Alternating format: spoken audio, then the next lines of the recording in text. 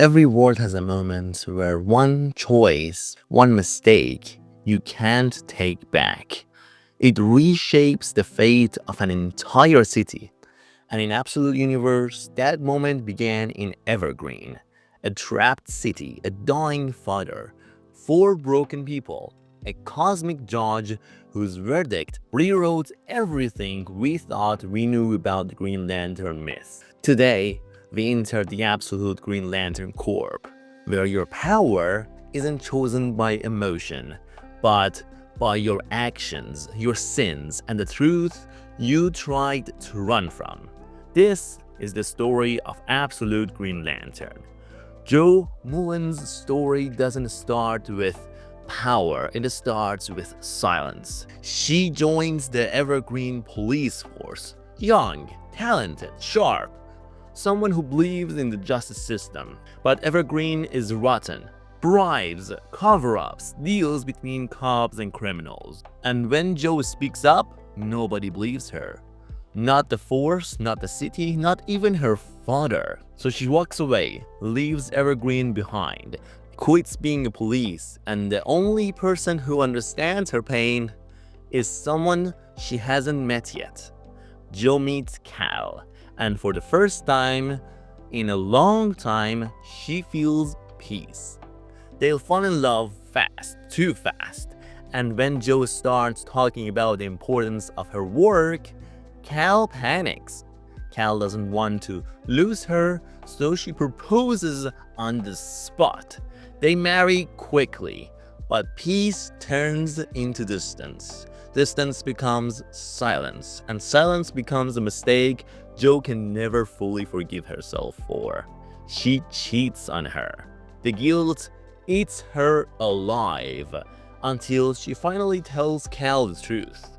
Their marriage implodes in a single night, and as if the universe waited for her to break, her phone rings. Her father is dying. Joe Mullen goes back to Evergreen, and their talk stops. Back in Evergreen, Joe reunites with three old names: John Stewart, the thoughtful one always searching for answers; Hal Jordan, reckless, emotional, the guy who acts first and hopes it works out later; Guy Gardner, loud, impulsive, and unfortunately a cop who never grew up. But before they can even understand how to reconnect, everything ends. A green dome slams down over Evergreen. A perfect wall of solid energy. No one can get in, no one can get out. And the outside world can't even see it. They just turn around. Then the sky cracks open and Abin Sur descends. Not a hero, not a lantern, but a judge. A massive alien figure whose voice feels like a sentence. One by one, he starts judging people, and anyone he judges disappears. And the first idiot to step forward, Guy Gardner. He fires at Abin Sur without thinking and vanishes on the spot. Panic erupts, chaos spreads, and John Stewart, always the thinker, starts investigating the energy around them. He discovers something unbelievable: yellow energy. Not emotion, not fear, but the color. He understands that it can go through the dome. It can penetrate it. But at the same time that he does, he's judged and he disappears too. Hal Jordan snaps. He loads a gun with yellow trap bullets. Determined to take Abin Sur down. But before Hal can pull the trigger, Joe steps forward. She asks Abin Sur a simple question: "Can we talk?" For a moment, a miracle, he listens. But when he raises his hand to judge her, Joe punches him, and the golden ring on her finger, a simple ring, not a weapon, becomes the key.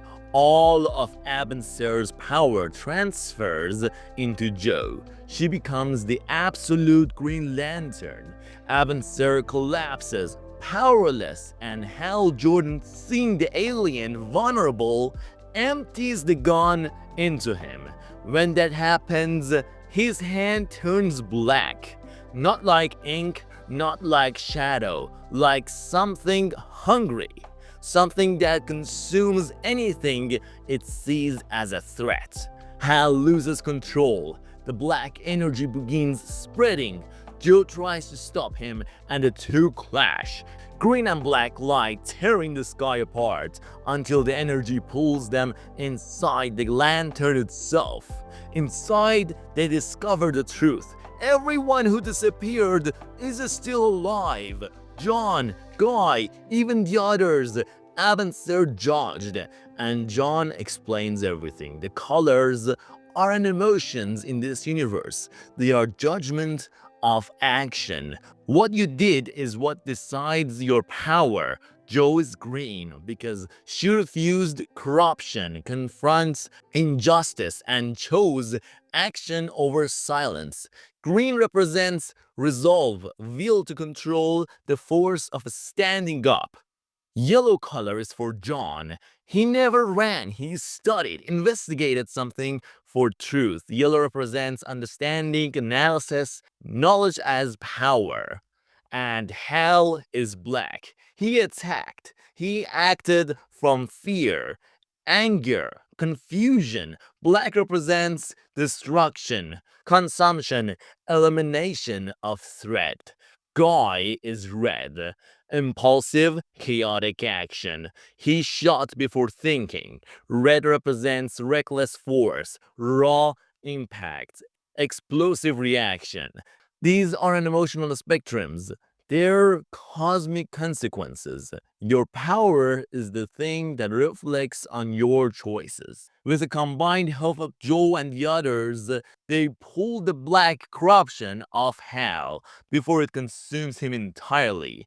Joe carries Hal to only place she knows, her ex-wife's house, a full circle, a wound reopening, a reminder that even lanterns can't outrun their past. Evergreen survived, but something changed that day. In Joe, in Hal, in John, in Guy, in all of them.